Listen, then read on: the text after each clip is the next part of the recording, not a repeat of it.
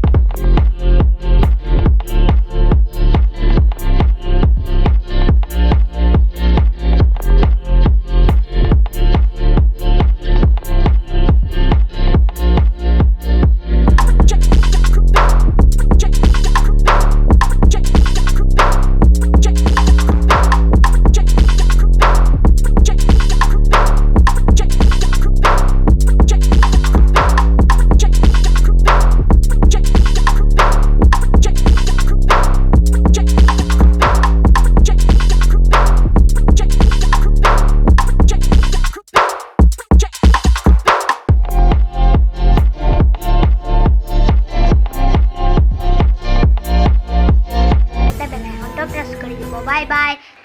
দোস্ত চাকি চাই কেনে লাগিল কমেন্ট কৰি